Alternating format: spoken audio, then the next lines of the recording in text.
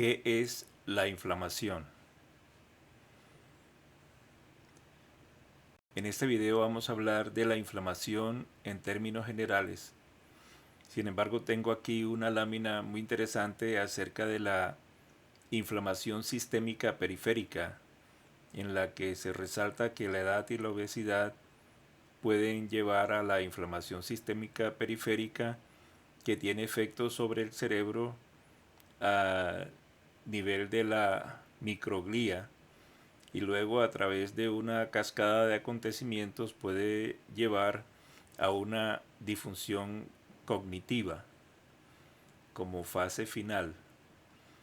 Y antes de eso hay una disfunción sináptica y la sinapsis es el espacio que existe entre neuronas y que tiene que funcionar bien con los neurotransmisores que allí se secretan para que podamos tener un buen estado de ánimo, energía para trabajar y para realizar diversas actividades. O sea que la inflamación juega un papel fundamental en la vida del ser humano. Entonces, ¿qué es la inflamación? La inflamación, del latín inflamatio, encender, hacer fuego, es la forma de manifestarse de muchas enfermedades. Y tenemos aquí una foto de la inflamación de los dedos del pie. La inflamación se trata de una respuesta inespecífica frente a las agresiones del medio y está generada por agentes inflamatorios. La respuesta inflamatoria ocurre solo en tejidos conectivos vascularizados y surge con el fin defensivo de aislar y destruir al agente dañino, así como reparar el tejido u órgano señalado. Se considera, por tanto, un mecanismo de inmunidad innata, estereotipado en contraste con la reacción inmune adaptativa específica para cada tipo de agente infeccioso. El sistema inmunológico innato está formado por defensas contra las infecciones que pueden activarse inmediatamente una vez que el agente patógeno ataca.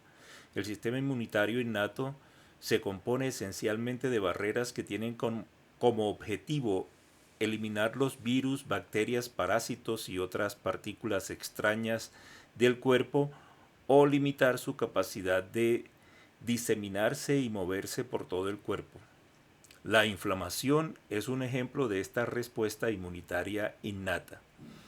El sistema inmunitario adaptativo, también llamado inmunidad adquirida, utiliza antígenos específicos para montar estratégicamente una respuesta inmunitaria.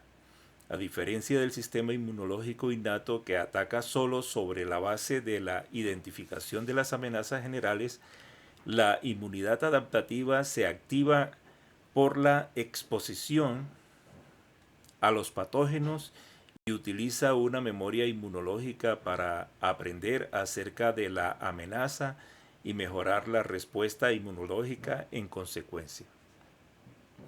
La respuesta inmune adaptativa es mucho más lenta para responder a las amenazas e infecciones que la respuesta inmune innata, que está preparada y lista para luchar en todo momento. La inflamación se identifica en medicina con el sufijo itis. El mayor problema que surge de la inflamación es que la defensa se dirija tanto hacia agentes dañinos como a no dañinos, de manera que provoque lesión en tejidos u órganos sanos. Tenemos aquí agentes inflamatorios, macrófagos, células implicadas en la inflamación, agentes inflamatorios, agentes biológicos, bacterias, virus, parásitos, hongos. Las células de mamíferos disponen de receptores que captan la presencia de microbios. Entre los receptores más importantes están los receptores de tipo TOL, que detectan la presencia de bacterias, virus y hongos y desencadenan vías de señalización que estimulan la producción de diferentes mediadores, agentes o condiciones que producen necrosis en los tejidos afectados. Las células necróticas liberan moléculas que activan la respuesta inflamatoria como ácido úrico, ADP o incluso ADN. Entre estos agentes tenemos agentes físicos. Bueno, entonces dice que entre los receptores más importantes están los receptores de tipo TOL. Receptores de tipo TOL. Los receptores tipo TOL, y aquí tenemos la foto, constituyen una familia de proteínas que forman parte del sistema inmunitario innato. Entonces los receptores de tipo TOL son una familia de proteínas que forman parte del sistema inmunitario innato. Estos receptores son transmembranosos y reconocen patrones moleculares expresados por un amplio espectro, y allí continúa. Esos son los receptores de tipo TOL.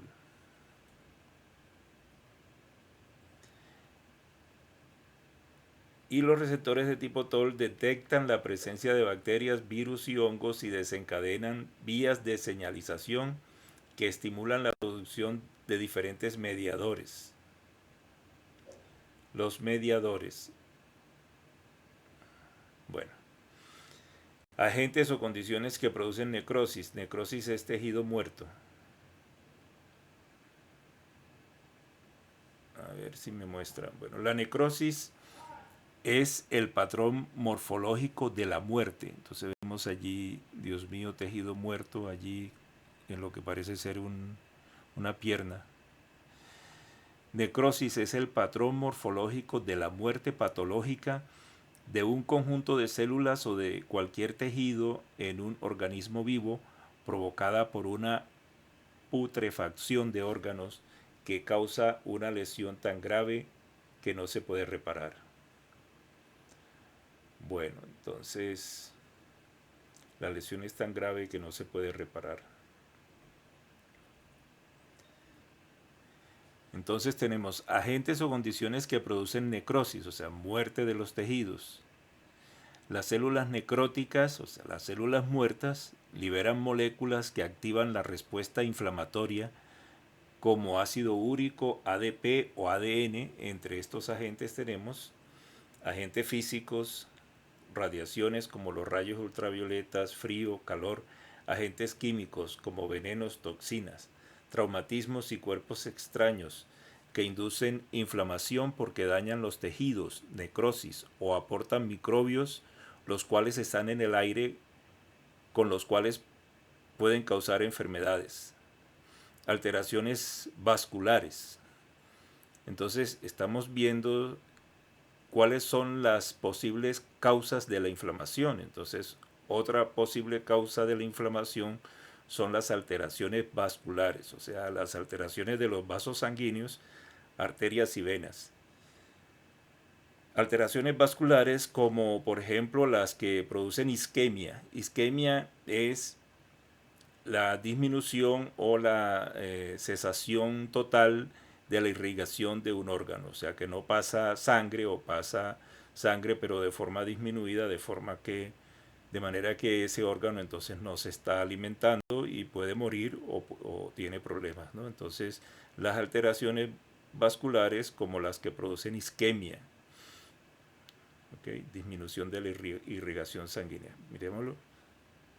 En medicina se denomina isquemia al estrés celular causado por cualquier disminución transitoria o permanente del flujo sanguíneo en el capilar y consecuentemente disminución del aporte de oxígeno, hipoxia y de la eliminación de productos de metabolismo de tejidos. Entonces allí un problema con esos órganos a los cuales no les llega una irrigación sanguínea adecuada. Otras causas de inflamación son las alteraciones inmunitarias, como por ejemplo las respuestas de hipersensibilidad o las autoinmunes. En estos casos es la propia respuesta inmunitaria la que induce la inflamación, que es la causa principal del daño tisular, y Tisular significa tejido, o sea, del daño del tejido. Alteraciones inmunitarias.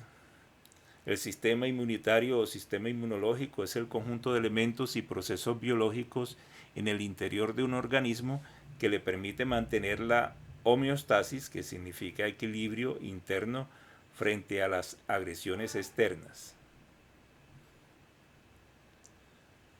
Entonces, ese es el sistema inmunitario. La hipersensibilidad, hiper siempre es aumento, o sea, una sensibilidad aumentada. Respuestas de hipersensibilidad, o sea, de sensibilidad aumentada. Hipersensibilidad clásicamente se refiere a una reacción inmunitaria relajada que produce un cuadro patológico causando trastornos, incomodidad y a veces la muerte súbita. Tiene muchos puntos en común con la autoinmunidad. Bueno, entonces, y todo esto lleva a un daño tisular. Una enfermedad autoinmunitaria, también enfermedad autoinmune, es una alteración causada por el propio sistema inmunitario que ataca las células del propio organismo. En este caso, el sistema de protección se convierte en el agresor. Bueno, ahí tenemos un tejido. Evolución histórica. En las primeras civilizaciones existen testimonios de su conocimiento y su curación. En las primeras civilizaciones existen testimonios de su conocimiento y su curación. Los primeros escritos aparecieron en los papiros egipcios, que datan del 3000 a.C. En Grecia y Roma se conserva un libro de los numerosos escritos por Aulo Cornelio Celso, enciclopedista de Medicinae, en donde se identifican 4 signos cardinales de la inflamación. Posteriormente, Virchow añadió el quinto signo. Los signos clínicos son las manifestaciones objetivas, clínicamente fiables y observadas en la exploración médica, es decir, en el examen físico del paciente, a diferencia de los síntomas, que son los elementos subjetivos, señales percibidas. Entonces, los signos clínicos son objetivos y clínicamente fiables. Actualmente se pueden reconocer sus 5 signos cardinales, o sea, los 5 signos cardinales de la inflamación, que son tumor, rubor, calor, dolor, pérdida o disminución de la función. Tumor, aumento del líquido intersticial y formación de edema. Tumor, aumento del líquido intersticial y formación de edema. Rubor, enrojecimiento debido principalmente a los fenómenos de aumento de la vasodilatación. Calor, aumento de la temperatura de la zona inflamada. Se debe a la vasodilatación y al incremento del consumo local de oxígeno. Dolor. El dolor aparece como consecuencia de la liberación de sustancias capaces de provocar la activación de los nociceptores tales como las prostaglandinas. Constituye el primer signo de la tétrada de Celsius. Los 4 signos tétrada de Celsius. Pérdida o disminución de la función, llamado quinto signo de Virchow. Función, la ESA. En 1973, el cirujano escocés Hunter Cazador, Hunter significa cazador en inglés, no sale, destacó algo que en la actualidad es considerado obvio. La inflamación no es una enfermedad sino una respuesta inespecífica que produce un efecto saludable en el organismo en el que tiene lugar. El patólogo Julius Cohnheim fue el primer investigador que utilizó el microscopio para observar vasos sanguíneos, arterias y venas, inflamados en membranas finas y translúcidas como el mesenterio y la lengua de la rana. El mesenterio es un tejido. En anatomía se designa con el nombre de mesenterio a una porción del peritoneo que tapiza el intestino delgado y lo une a la pared abdominal posterior. El mesenterio es una delgada lámina de tejido que consta de 2 capas. Entonces, bueno, mesenterio, porción del peritoneo. El patólogo Julius Cohnheim fue el primer investigador que utilizó el microscopio para observar los vasos sanguíneos inflamados en membranas finas y translúcidas como el mesenterio y la lengua de la rana. Tras la observación de las alteraciones iniciales del flujo sanguíneo, el edema, o sea, la acumulación de líquido, el edema posterior al incremento de la permeabilidad vascular, la migración leucocitaria. Edema. Allí tenemos entonces una foto de un edema. El edema es la acumulación de líquido en el espacio extracelular o intersticial, además de las cavidades del organismo. Entonces, edema, acumulación de líquido.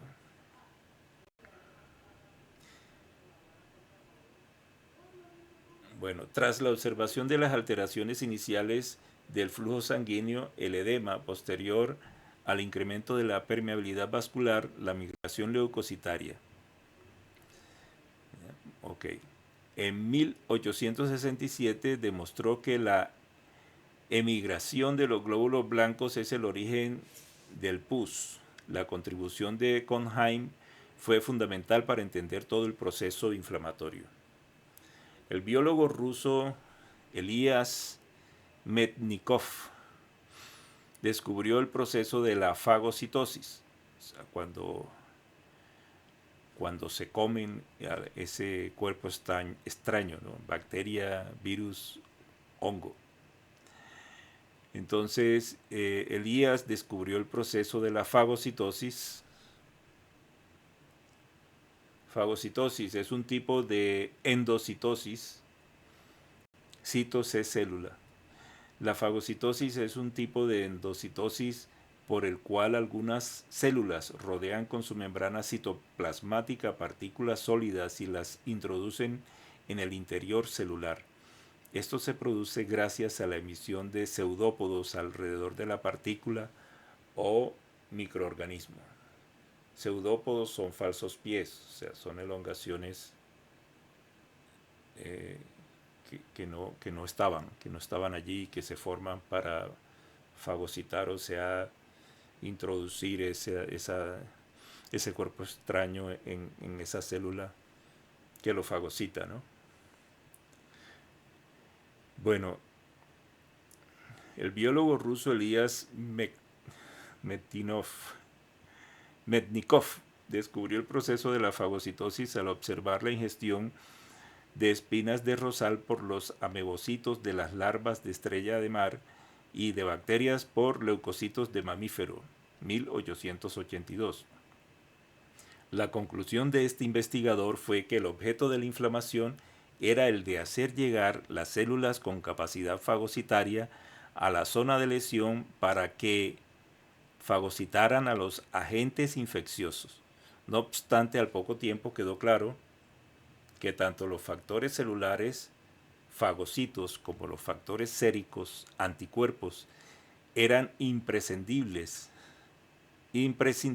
para la defensa frente a microorganismos, y como reconocimiento de ello, Mednikov y Paul Ehrlich, quien desarrolló la teoría humoral, compartieron el Premio Nobel de Medicina en 1908. A estos nombres se debe añadir el de Sir Thomas Lewis, quien mediante experimentos sencillos sobre la respuesta inflamatoria de la piel estableció el concepto de que diversas sustancias químicas inducidas localmente por el estímulo de una lesión, como la histamina, son factores mediadores de las alteraciones vasculares en la inflamación. Este concepto fundamental constituye la base de los importantes descubrimientos de los mediadores químicos de la inflamación y de la posibilidad de utilizar fármacos antiinflamatorios. Lewis llamó a los mediadores químicos de la inflamación H1 y definió la triple respuesta ante la agresión, que consistía en eritema, hinchazón eritema central, hinchazón y eritema periférico. Lewis, Lewis. Eritema central, hinchazón y eritema periférico. Dependiendo de las características temporales de la inflamación, definimos dos tipos de respuesta: inflamación aguda e inflamación crónica. Inflamación aguda.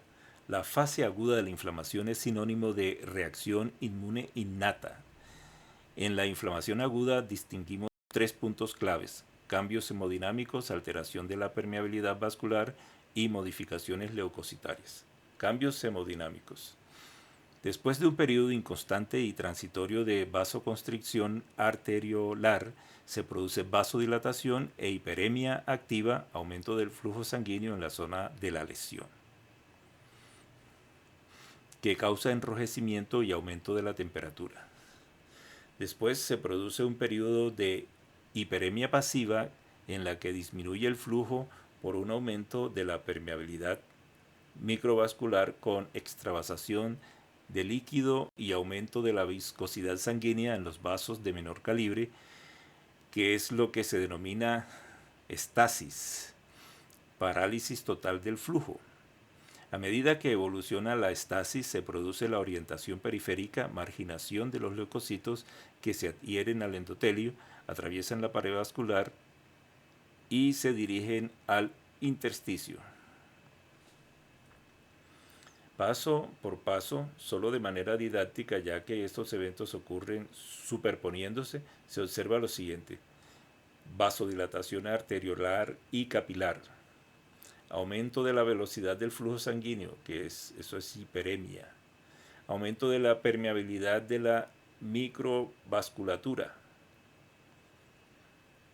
aparición de edema inflamatorio, acumulación anormal y excesiva de sangre, disminución de la velocidad de la sangre en pequeños vasos, acumulación periférica de leucocitos. Al mismo tiempo, las células endoteliales son activadas por los mediadores de la inflamación, expresando moléculas en sus membranas que favorecen la adhesión de los leucocitos, fundamentalmente los polimorfonucleares neutrófilos. Porque los leucocitos, o sea, los glóbulos blancos, los glóbulos blancos, se clasifican en neutrófilos, acidófilos y basófilos, ¿no? Entonces aquí tenemos los neutrófilos, un leucocito neutrófilo. Bueno, paso de leucocitos PMN en el primer lugar, seguido por macrófagos. Desde los vasos del intersticio, migración celular con formación de infiltrado inflamatorio, se denomina diapédesis. La diapédesis es entonces la migración celular con formación de infiltrado inflamatorio. Diapédesis, diapédesis. Diapédesis es el paso de elementos formes de la sangre a través de los capilares sanguíneos para dirigirse al foco de inflamación o infección sin que se produzca lesión capilar. Pasos de leucocitos, ok, ese es el paso 8. Asimismo, durante la fase de reparación que sigue a la inflamación aguda y durante la inflamación crónica se produce un fenómeno de proliferación de vasos sanguíneos denominado angiogénesis. Entonces la angiogénesis es la proliferación, o sea, el incremento de los vasos sanguíneos. Alteración de la permeabilidad vascular. En condiciones normales el endotelio no permite la salida de proteínas y el intercambio se produce por pinocitosis. Pinocitosis. La pinocitosis es un tipo de endocitosis que consiste en la captación de material del espacio extracelular por invaginación de la membrana citoplasmática eucariota. Esta membrana se repliega creando un endosoma llamado vesícula pinocítica. Bueno, entonces, pinocitosis. Tenemos aquí fluido extracelular, sustancias que deben atravesar aquí la membrana celular, membrana plasmática, citoplasma, vesícula. Durante la inflamación se alteran las bases morfológicas del endotelio por acción de los mediadores químicos, produciéndose una alteración de las uniones celulares y las cargas negativas de la membrana basal. Manno y Pallade vieron aperturas entre las células que no se encontraban rotas. Generalmente este efecto se produce en las vénulas, pero si es muy intenso alcanza los capilares y se produce extravasación por rotura. La salida de líquidos, proteínas y células a partir de la sangre se denomina exudación. Es importante distinguir los siguientes conceptos. Un exudado es un líquido extracelular que contiene alta concentración de proteínas y restos celulares, muy denso. Su presencia implica una reacción inflamatoria. Un transudado, sin embargo, es un fluido con bajo contenido en proteínas. Contiene sobre todo albúmina. Es un ultrafiltrado del plasma debido a la existencia de una diferencia de presión osmótica o hidrostática a través de la pared de un vaso, sin aumento de la permeabilidad vascular ni proceso inflamatorio.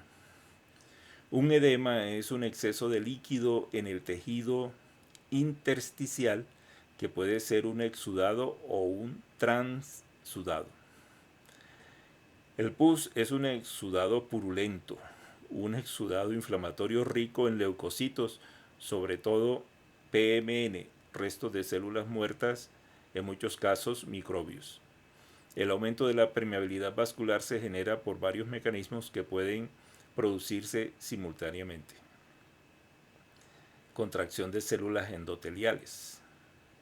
Es el mecanismo más común, o sea, estamos hablando del aumento de la permeabilidad vascular, que se genera por varios mecanismos, y uno de ellos es la contracción de células endoteliales.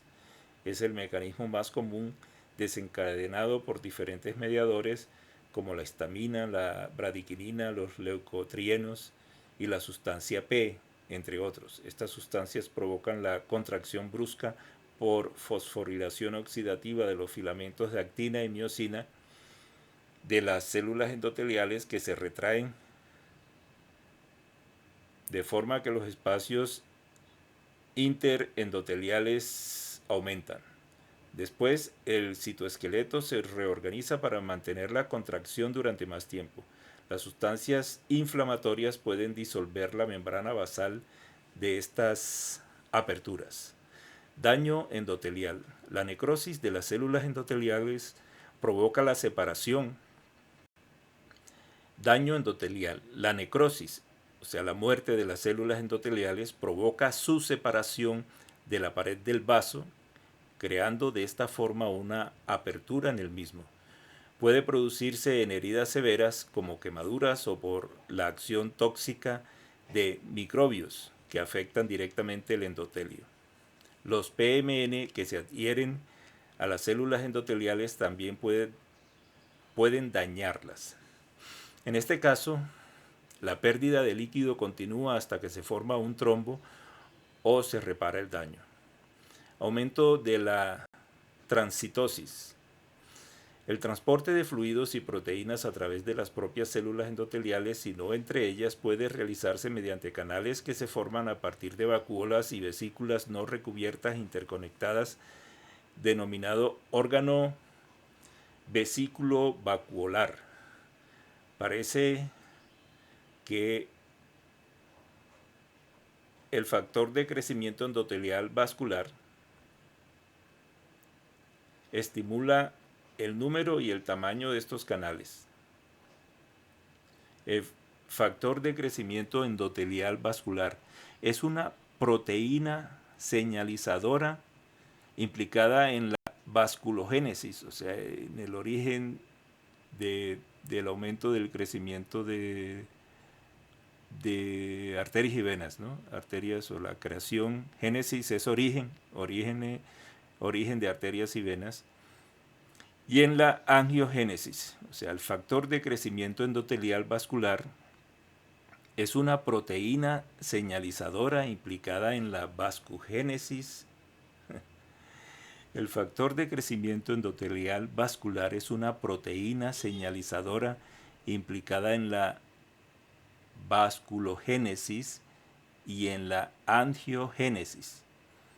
Las acciones del factor de crecimiento endotelial vascular han sido estudiadas en las células endoteliales vasculares, aunque también tiene efecto en otros sitios.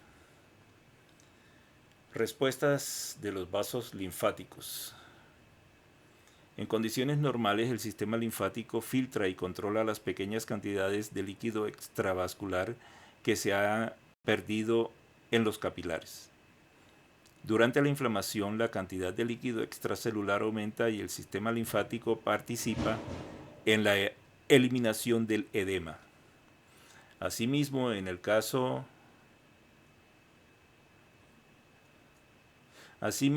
en este caso, una mayor cantidad de leucocitos, restos celulares y microbios pasa a la linfa. Como ocurre con los vasos sanguíneos, los linfáticos también proliferan en los procesos inflamatorios para atender el incremento de la demanda. Puede ocurrir que los vasos linfáticos se inflamen de forma secundaria, linfangitis, o que se inflamen los ganglios, linfadenitis, a causa de la hiperplasia de los folículos linfoides y al mayor número de linfocitos y macrófagos. Hiper es incremento del tejido. Hiperplasia es el aumento del tamaño de un órgano o de un tejido debido a que sus células han aumentado en número. El proceso fisiológico se conoce como hipergénesis. Hiperplasia. Modificaciones leucocitarias. Los leucocitos fagocitan a los patógenos, destruyen a las bacterias y a los microorganismos y degradan el tejido necrótico, pero también pueden prolongar la lesión tisular al liberar enzimas, mediadores químicos y especies reactivas del oxígeno. ERO o también ROS por sus siglas en inglés, también denominados radicales libres de oxígeno.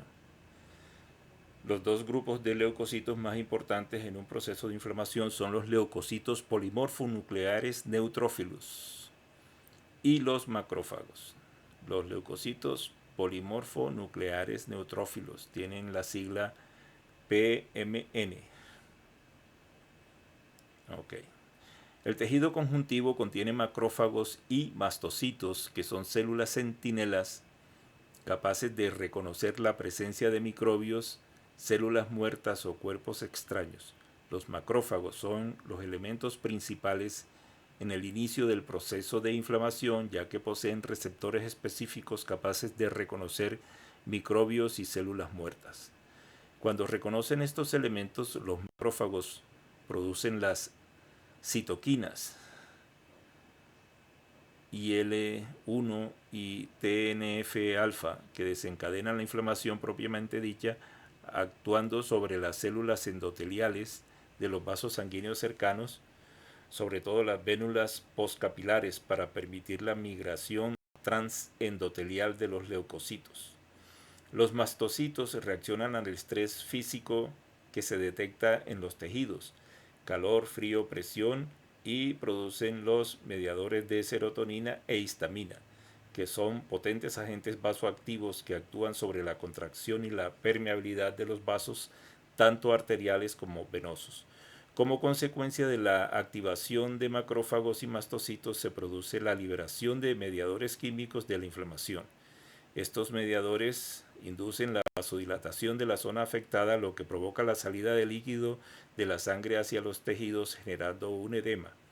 Por esta razón, la viscosidad de la sangre aumenta debido al aumento de la concentración de los glóbulos rojos, lo que provoca un descenso en el flujo sanguíneo, éstasis o estasis. En estas condiciones hemodinámicas, los leucocitos se redistribuyen en posición periférica, un fenómeno denominado marginación. A continuación, los leucocitos ruedan sobre la superficie del endotelio, estableciendo contactos transitorios entre las células endoteliales, soltándose y volviéndose a unir, Finalmente, los leucocitos se adhieren firmemente al endotelio antes de iniciar la migración a través de los capilares. Ver el apartado de diapédesis de los neutrófilos para un detalle molecular completo. Los leucocitos que han atravesado los capilares se dirigen hacia la zona afectada por un proceso de quimiotaxis. El quimiotaxismo es un tipo de fenómeno en el cual las bacterias y otras células del organismo uni- o pluricelulares dirigen sus movimientos de acuerdo a la concentración de ciertas sustancias químicas en su medio ambiente. Quimiotaxismo. Una vez allí, fagocitan los microbios y destruyen, generando la producción de pus. El pus será eliminado hacia el exterior si la lesión está en contacto con el exterior, o generará un absceso si la zona donde se ha formado el pus está en el interior de un órgano. Absceso. Es una infección e inflamación del tejido del organismo caracterizado por la hinchazón y la acumulación de pus. Puede ser externo y visible sobre la piel o bien interno. Cuando se encuentra supurado se denomina apostema. Bueno, entonces, esa es qué es la inflamación y muchos mecanismos que están implicados. Tenemos aquí los mediadores de la inflamación, metabolitos del ácido araquidónico, prostaglandinas, tromboxanos, prostaciclinas, aminas vasoactivas, histamina y serotonina, citoquinas. Las citoquinas son pequeñas proteínas entre 5 y 20 kD que permiten el intercambio de información entre las diferentes células durante el proceso de inflamación. O sea, las citoquinas son pequeñas proteínas entre 5 y 20 kD que permiten el intercambio de información entre las diferentes células durante el proceso de inflamación, la hematopoiesis y las respuestas inmunes. Los factores de crecimiento que utilizan las células epiteliales para estimular su renovación son asimismo citoquinas. En general, las citoquinas se pueden considerar como hormonas con un radio de acción limitado y una excepción de IL-1 y TNF-alfa que funcionan como verdaderas hormonas transmitiendo información a través de todo el organismo. Las citoquinas liberadas por los macrófagos durante la inflamación van a afectar a las células endoteliales. Ok, entonces tenemos aquí factor activador de las plaquetas, PAF. Es otro mediador derivado de fosfolípidos. El óxido nítrico, NO, es un gas producido en algunas neuronas del cerebro, macrófago y células endoteliales. El óxido nítrico actúa de forma paracrina, acción y local, sobre las células diana, o sea, las células objetivo, a través de la inducción del GMP cíclico, que inicia una serie de sucesos intracelulares. GMP cíclico que inicia una serie de procesos intracelulares que provocan la relajación del músculo liso, vasodilatación. Okay, casi no digo intracelular. El guanosin monofosfato cíclico es el GMPC. Guanosin monofosfato cíclico, GMPC o GMP cíclico, guanosin monofosfato cíclico, es derivado cíclico del nucleótido trifosfato, GTP, generado por la mediación de la enzima guanilato ciclasa, también conocida como guanil ciclasa. Guanilil ciclasa, y participa como segundo mensajero.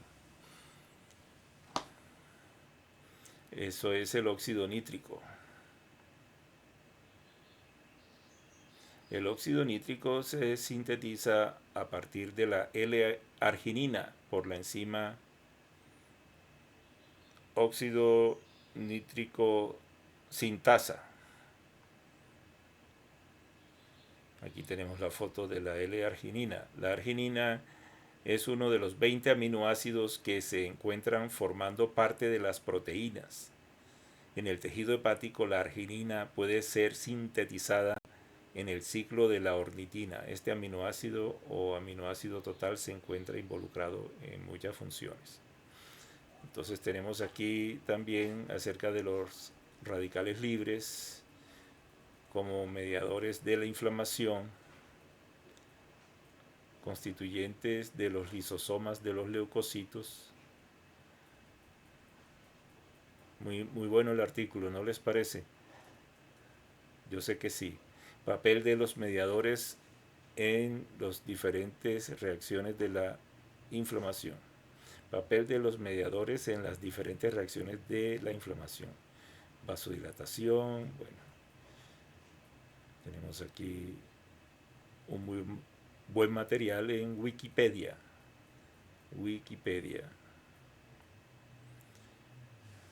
Teorías nuevas, permeabilidad intestinal aumentada. Ok, exposición prolongada de agentes tóxicos. Reacciones inflamatorias, inmunológicas, autoinmunes y cánceres.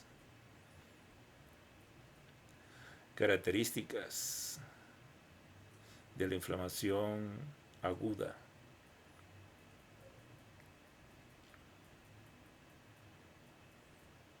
Linfocitos, células plasmáticas, eosinófilos. Bueno, ya saben que pueden parar el video en alguna de estos que yo voy rápido para leer, ¿no? Acerca de los mastocitos, por ejemplo. Células centinela. Los mastocitos son células centinelas ampliamente distribuidas por los tejidos. Necrosis. Bueno, aquí tenemos las referencias bibliográficas. Ok, ladies and gentlemen, it has been a pleasure talking with you this afternoon. Ha sido un placer. Damas y caballeros, ladies and gentlemen, ha sido un placer. It has been a pleasure hablar con ustedes, talking with you this afternoon, en esta tarde. Ok, entonces por favor suscríbanse al canal, es muy importante, por favor suscríbanse. Luego pulsen en me gusta, en la campana de notificaciones y compartan este video a personas que ustedes saben que les puede interesar y en sus redes sociales. Ok, vamos entonces a recordar que estamos hablando todo el tiempo acerca de la inflamación, y que la inflamación nos puede llevar incluso a problemas del aprendizaje, de la memoria, de la atención, de la percepción, ¿no? O sea, a problemas mentales. En este caso, hablando de la inflamación sistémica periférica. Y ya saben ustedes, tengan en cuenta por favor que estos videos solo tienen un carácter informativo y no constituyen recomendación o prescripción. Es importante que hables con tu médico si quieres tomar la decisión de iniciar algún medicamento, una dieta, una rutina de ejercicios, etcétera, que son temas que toco en el canal. Bueno, ha sido un placer y hasta el próximo video. Muito obrigado.